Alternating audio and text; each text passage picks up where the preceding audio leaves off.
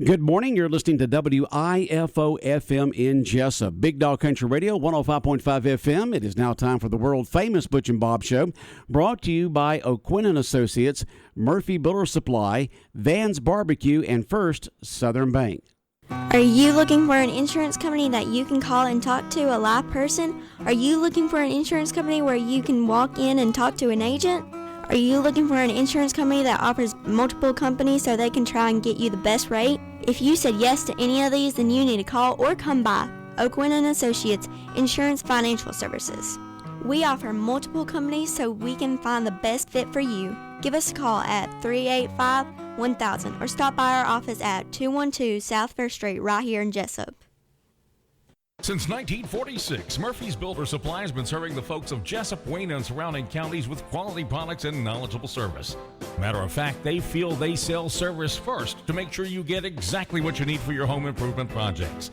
And with each employee at Murphy's being there for 10 years or more, you know you're talking with someone with the experience to help you with building supplies, tools, paint, and all the things you need from a full-service hardware store. The best choice in home improvement is Murphy's Builder Supply, 156 Northeast Broad Street, Jessup. When it comes to barbecue, Van's Barbecue in Jessup is the place to be. A small family-owned business located at 1876 on the Savannah Highway. Van's Barbecue has lunch and dinner specials. Stop by or call to make an order. The number to call, 427-3358. Van's Barbecue's new manager is Sarah Van. Van's Barbecue offers potato salad, coleslaw, baked beans, and don't forget their delicious mac and cheese. Also, check out their shrimp plates, the best in town.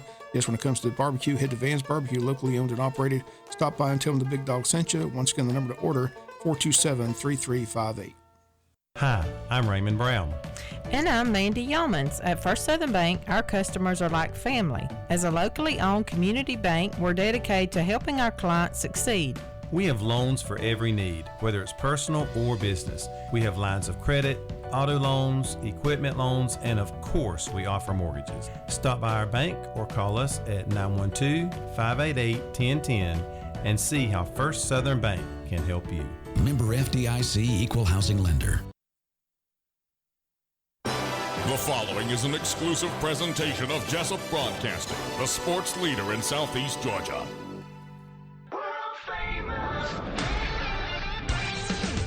The world-famous Butch and Bob Show. World-famous Butch and Bob Show, right here on WIFO.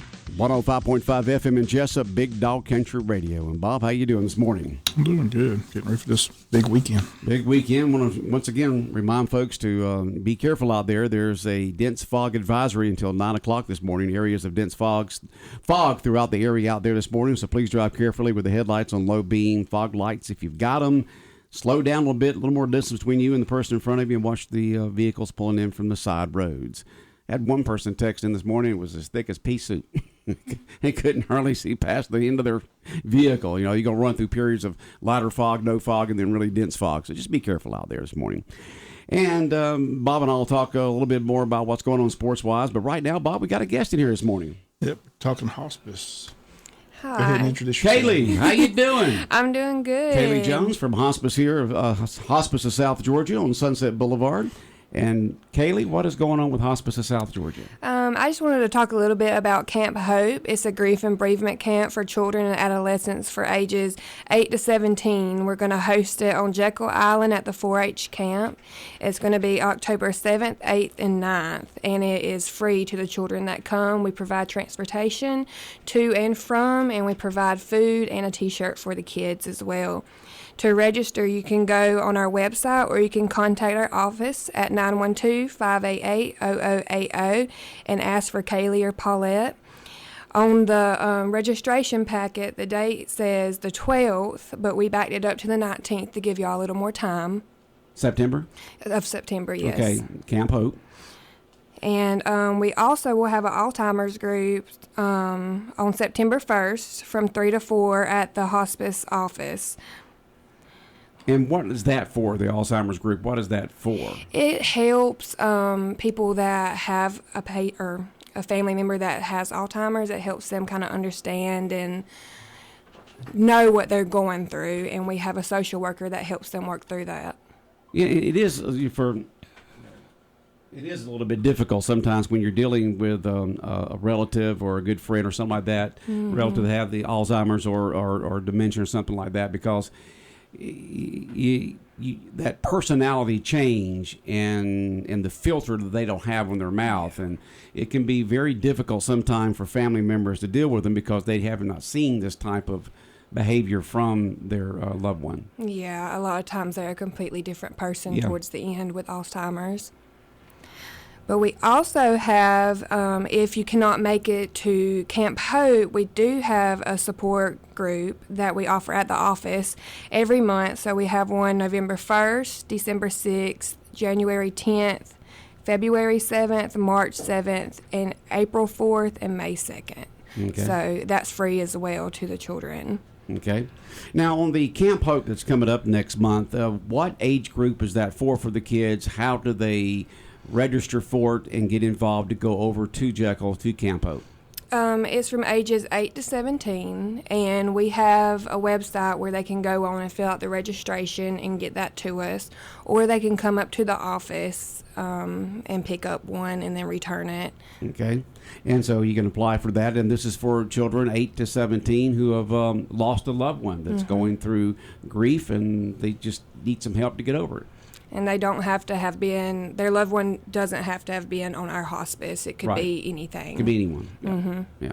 And so it's always a great item that y'all do every single year. You hadn't done it in the last, couple, 2 or 3 years because of COVID, but now you're getting back into it. And instead of being over in Long County as it has been at the place over there, this is the facility there on South Jekyll Island, which is, a nice place to go. It's going to be a weekend event for these kids, and they can get registered. Now, I guess it's usually family members that help them get registered on this. Is that correct? Yes, it's usually the parents or family members. Okay. All right. So Camp Hope coming up next month. Just contact Hospice of South Georgia on Sunset Boulevard across from Bill Morris Park to find out more about it. Okay. What else is going on? We also have Market to Midnight coming up. That's not till November. It's November 5th, and it starts at 6 p.m. and it goes to midnight. We have a band coming. There'll be food, drinks, dancing, and we'll also have a silent auction.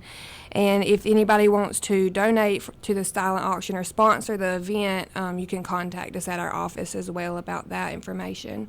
Okay. And once again, that's called Market to Midnight. Market to Midnight. I think the other day when they were here, that's something the women's club, junior women's club, used to do here in town. And now that y'all kind of taken over, and you're going to have it at the Wayne County Farmers Market. We are. And that's the reason why you're calling it Market to Midnight. Yes, sir. And so you'll have the meal and the dancing and the drinks, the live auction, and other items to help raise funds for Hospice of South Georgia. And that will be in November. But right now you're looking for items to be donated to auction off. Is that correct? Yes, sir. Okay, so if you have items out there it would be good for folks to bid on, just contact Kaylee at Hospice of South Georgia, and Kaylee will talk to you about it and say thank you. Absolutely. We appreciate the more anything. items they get, the more live auction items they get, the more money they will raise for Hospice of South Georgia. And one of the big projects you're working on right now is the on-site facility with the rooms there that are being built. Tell us about how it's going with the construction. Oh, it's going really good. Everything's on time. We have 8 beds in this facility, and we're really excited for it to open up. It's going to benefit a lot of families. Now, when this opens up, how will potential patients be able to get in there to the 8 beds, and what will be the qualifications, and what process will families go through? They'll talk to their nurse, their case manager, and they'll decide if that's what's best for them. A lot of times they'll do respite at the nursing homes, but they can also do respite there, or if they don't want to essentially go past at home, they can come to our hospice house if that's how they want to. Is there like a time limit on it, like of weeks, days, or anything like that for a patient to be there once it opens? It just depends on the situation and how they're doing and everything. Okay. And I guess there will be a health professional there on 24 hours a day when you have patients there? It'll be staffed 24/7. Okay. Do you have a projected opening date yet? Not. A wish date? We're hoping by the beginning of this coming year. Okay. That's what we're hoping for. Right. Okay. Guess when you come to construction, there's so many things you cannot control. So wishful January, February, March of next year then. Yes, sir. Okay. Kaylee, anything else that you'd like to talk about this morning for Hospice of South Georgia? That's it. All right. Well, hope you have a good day. Anytime that Hospice of South Georgia needs to come on here to promote their events or activities or services they provide, just let us know. Yes, sir. Thank you. All right. Bob, anything else for Kaylee this morning? I just wondered how long you've been with hospice and what's your position? I've been there for 3 years. I actually interned there while I was in college, and then I became the volunteer coordinator for a year and a half, and then I got the marketing director position. So I've had that for a few years, or for a few months. You're the marketing director. I am. Okay. Okay. All right. Well, Kaylee, we'll see you next time. Take care. Thank you. All right. Bye-bye. All right. More of the world-famous Butch and Bob show in a few moments. Here's your WIFO forecast. Patchy fog early, but this will be a partly sunny day. 50% chance of afternoon showers and thunderstorms, high of 90. 30% chance of evening storms, low 70s for tonight. Tomorrow, mostly sunny. Chance of afternoon showers and thunderstorms, low 90s. And Thursday, showers and thunderstorms become likely, high Thursday, 90. Georgia Chief Meteorologist John Weatherby in the Georgia 811 Weather Center. Contact 811 before you dig. Take a step forward in the right direction with a new career. Contact us here at Jessup Broadcasting about our current openings for account executives, full-time or part-time. You will be trained to offer local businesses effective radio and digital advertising and marketing solutions. You will earn salary plus commission. Call or text to set up an interview at 912-427-3711. 912-427-3711. Call weekdays from 10 a.m. to 3 p.m. and ask for Mr. Hubbard. Text us anytime. You can also send resumes to cwhubbard@bellsouth.net. cwhubbard@bellsouth.net. Begin a new and rewarding career with WIFO and WLOP Radio. Jessup Broadcasting, an equal opportunity employer. We look forward to hearing from you. 105.5 FM, Big Dog Country, WIFO, world famous Butch and Bob show, here for this Tuesday morning, the 30th day of August. And Bob, there's some funny money out there. I was purchasing something yesterday from one of the dollar stores here in the Jessup area, and I handed them a $50 bill to pay for what I normally do is purchase stuff for my pets, 3 cats and 2 dogs. And they said, I don't think we can take a $50 bill. And I said, why? She said, well, we've had some problems with those. So she called her supervisor, and unless I use the self-checkout where you put the money in and you self-check out, that has a scanner on there that can tell real money from funny money. But to the naked eye, it's hard to tell to some folks. And they've had a lot of $50 bills in the past few weeks at some of the dollar stores, and I'm sure other places around here with fake counterfeit $50 bills. Matter of fact, one store here in the area had 6 in one day. Other ones have had 4, other ones 2, some 1. But a lot of fake $50 bills out there where some stores are not even taking the 50s at this time because of the funny money out there. So somebody's got a printing press going on in their basement somewhere around here, putting out some funny money. I think the law enforcement let people know about that. Yeah, I mean, I just asked, why not? Because I figured, a lot of times places won't take, because of the denomination. But my bill was up to about $30, and so I figured, $20 and change is not too bad. But it was because of the funny money. So if you go through a self scanner there where you self check out, whether it's a dollar store, Walmart, or where else maybe, the scanner knows the difference between the good money and the bad money.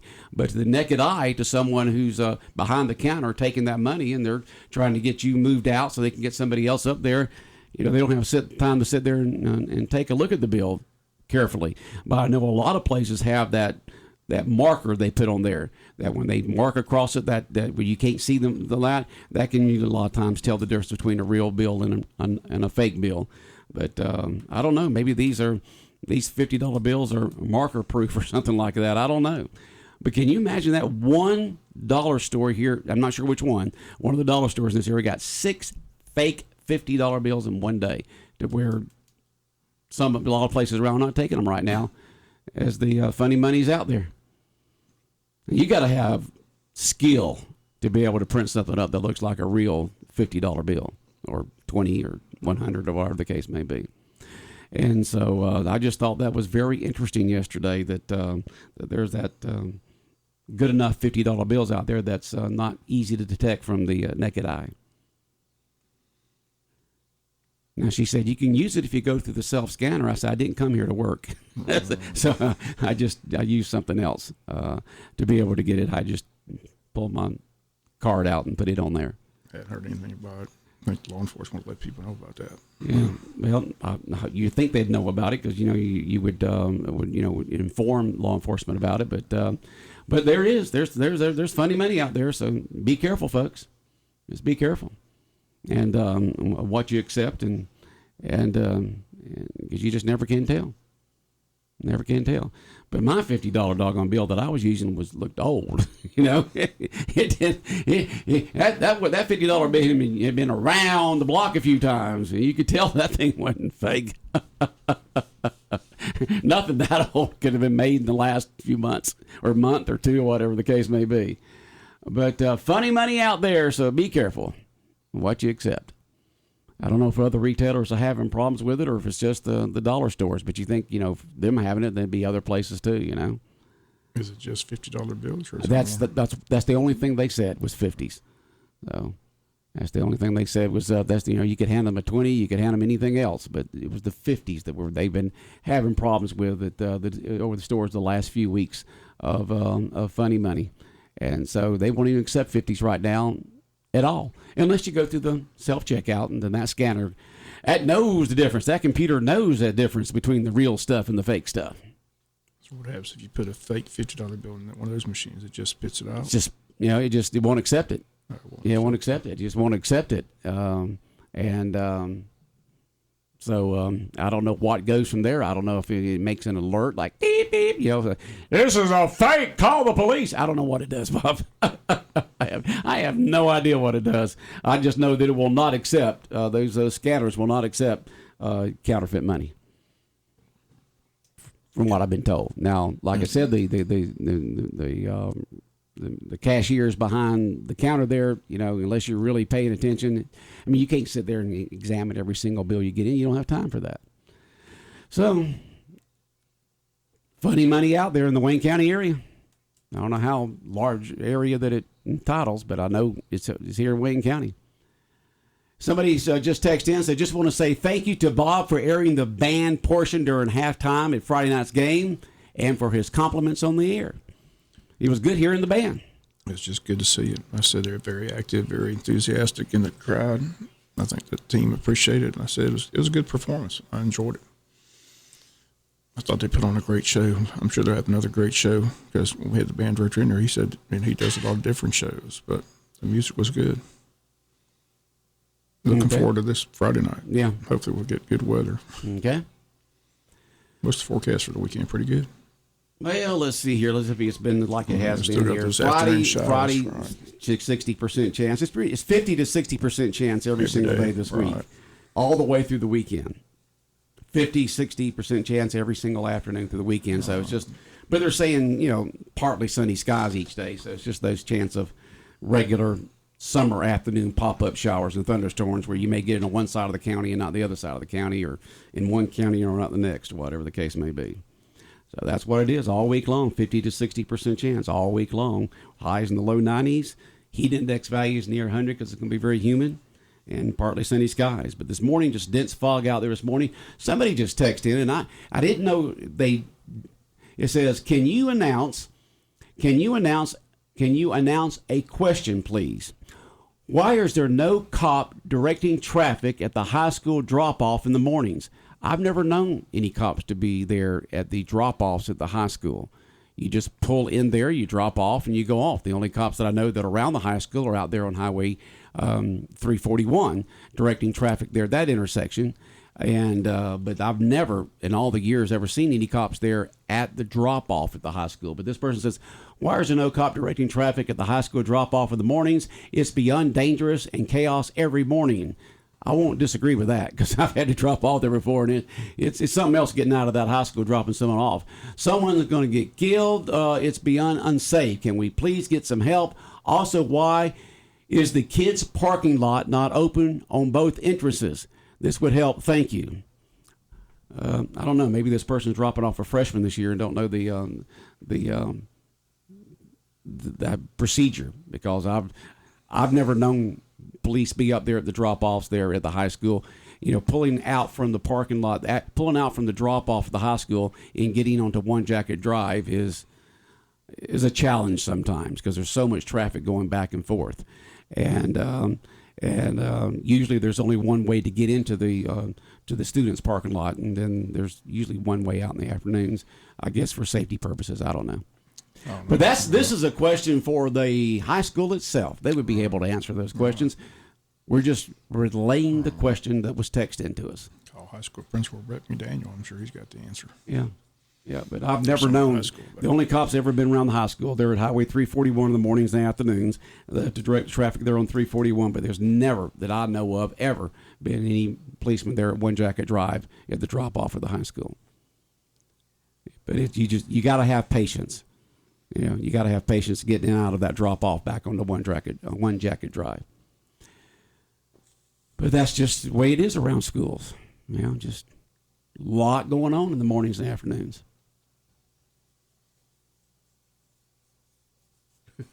Somebody said, Butch, tell them to get up earlier. Jeez.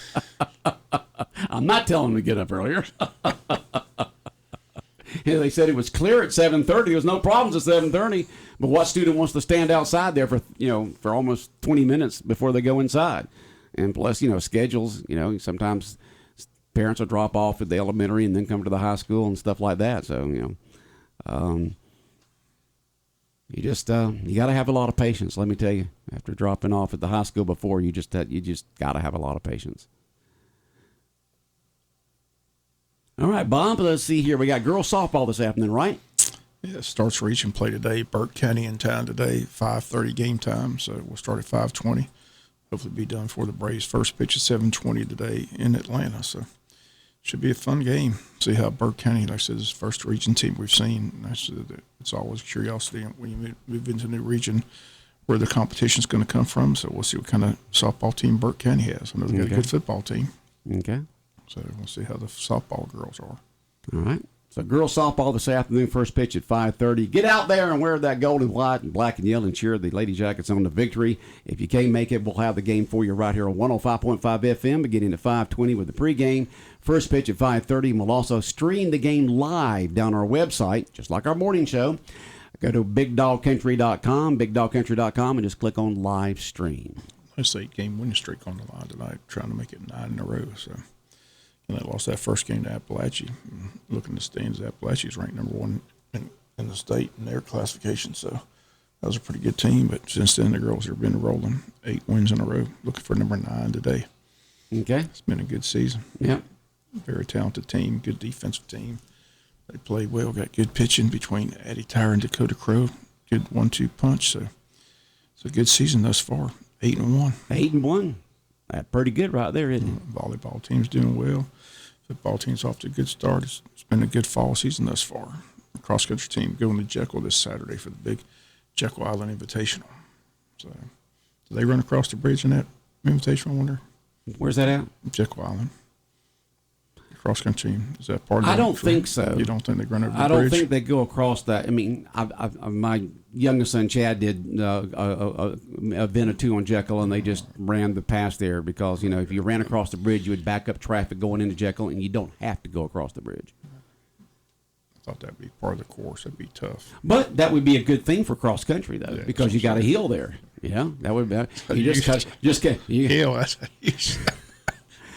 That's more than a hill. Well, we're talking about Jekyll now. We're not talking about the big bridge there. You're talking about the one across the huge one? You're talking about Jekyll. Yeah. Yeah, well, there's a difference between Jekyll. There's a bridge that goes over from the causeway to Jekyll. I thought you were talking about that. You're talking about the one in Brunswick there, right down from the park. Well, that's a long ways from that bridge to Jekyll. Yeah. If you start on Jekyll, I don't think they're going to run all the way down the causeway to run on that bridge. Now, they have runs that do go across that bridge, but it's not the Jekyll run. That's another type of run. I've seen people run across the bridge. Yeah. There's been events there, but that's not the Jekyll run. The Jekyll run runs on Jekyll. I thought you were talking about the one that goes across the causeway. That's a little hill there. You know, it's like you got that big bridge there in the Talmadge. I don't know what's. I guess it's Talmadge Bridge there in Savannah. They have an event across that once or twice a year where they cross that big old bridge. Also, all right, let's get back to the traffic here. Another text message: the traffic is backed up all the ways and congested so bad it's at a standstill every morning. Yeah, and it has been that way since they opened up 20 years ago. Folks don't understand right-of-way or how to make 2 lanes. The kids are late and the parents are late because of this. And oh, by the way, we are there between 8:35 and 8:45 every morning. School starts at 8. So it's just, as far as I know, it's always been congested there in front of Wayne County High School. It's a challenge getting in there, dropping off, and getting back on the One Jacket Drive. But it's no different than it was 20 years ago. I don't know nothing. You know, and I guess they decided to just I'm here. let it go. So I don't know anything about it. Yeah, I know. And we had somebody text in that had a question here, but I don't know if they're talking about city or county. So who texted me just there, if you put in city rezoning or county. Of course, county don't have rezoning, so it's got to be the city. Somebody said, ask Bob about the crazy rezoning request that was denied or declined by the zoning board. Somebody from Hinesville was trying to develop a subdivision behind the land behind Turning Point Ministry. It's a big area there, and the Planning and Zoning Board unanimously denied it, but it's coming up on the city agenda at their next meeting. But the city commissioners can not take the advice that the Planning and Zoning have seen. I thought the reason why you had a zoning board was they give you advice on it. They give advice, but they don't have to take the advice. They don't have to take it, but you think they would because they're the ones that spend more time studying it. Common sense would tell you, why would you not have it? Why would you not take their advice? But I've seen it happen we've seen it happen many times before. Yeah. Where a board will recommend something and the county or the city or somebody will I've seen members of the Planning and Zoning Board resign as soon as they don't take their advice in the past. Why do you have us? We're the ones that study it. But that's what it is. It's a proposed subdivision. A subdivision? They're on South Palm Street? Right, behind Turning Point. Behind Turning Point. Yeah, there's a bunch of land back there. Okay, so I guess you would enter it from South Palm or Sunset? I just know it's been discussed, and I know somebody on the Planning and Zoning Board told me they unanimously denied it, and I know there's been a lot of talk around town about it because apparently somebody's pushing it, and they're not sure that they're going to take the advice of the Planning and Zoning Board. We'll find out when they meet the city meeting. Well, you know, money talks. I understand. Like I said, I've just seen it many times where the Planning and Zoning Board says one thing and the city commissioner says, nah, we're not taking advice. Yeah, money talks, Bob. You know, you never get down when you get money involved. It's happened many times, but like I said, I'm sure it'll be a hot topic at the city meeting when they meet. But they don't meet till after Labor Day. But, you know, a subdivision right there in Industrial Park, it would be interesting. If the city council decides not to go with the advice. A person from Hinesville is proposing it. It's supposed to be subdivision homes. I'm not sure how big the homes are. Like I said, that's also been a discussion. Some say the lots aren't big enough. Some say that I don't know.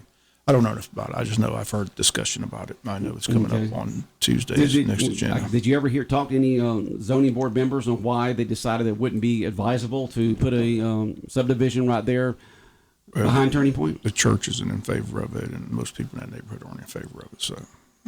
Well, there's really no neighborhood there. Well,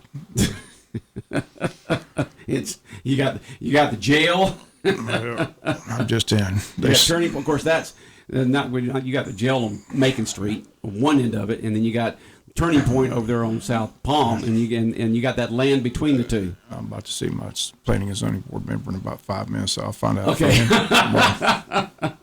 I just know he was adamantly against it. Adamantly against it. You know, there's got to be reasons why the zoning board unanimously. There wasn't even one that was for it.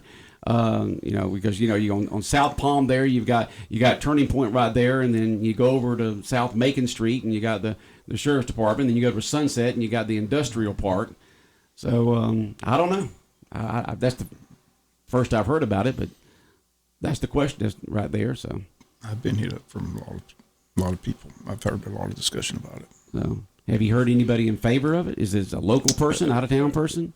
The person's from Hinesville is proposing. That's right. You said the person from Hinesville that wants to put this neighborhood here off of South Palm and Sunset. Apparently somebody on the city's definitely in favor of it, because that's the worry that they're going to vote in favor of it. So Okay. we'll find out Well, it Tuesday. takes 3 to say yes. Majority rules. Okay. Palm Street is already in bad shape. Okay, if you go down South Palm Street, you got different things along there, but what they're wanting is 64 homes in a 0.17 acre lot. So that's about a lot of homes packed there together off of South Palm. And could South Palm handle that much traffic? Yeah, 2-lane there going into the industrial park. So I don't know, Bob. I don't know all the details about it. But apparently the zoning board don't think it's a good idea. And there's the ones that investigate it and look at it and study it and say, well, nope, this ain't a good idea. We know that for a fact. We know where the planning and zoning board is. Right. But they don't have the final say. No, they don't have the final say. That's the problem. Yeah. The problem is they just make recommendations. Okay. All right. But then, politics and you know what. So that's the way it is. We'll see how it plays out. Oh, somebody said zoning board is wrong. Ooh, who could that be? I'm not going to mention any names. I know all the names, but I'm not going to mention any names. Well, I can just play ignorant on this because I don't know anything about it. I'm just reading text messages, and that's it.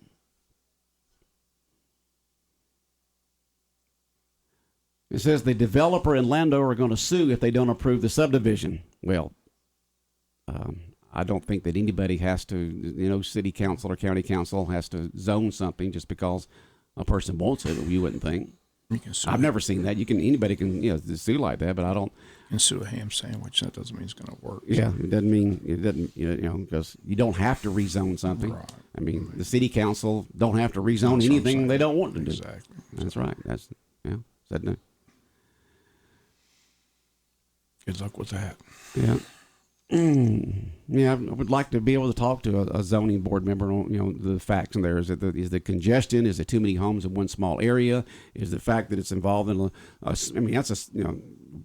South Palm Street's not that wide, and to go down it and try to get folks in and out there. Then you got the industrial park they're trying to expand, and like I said, you got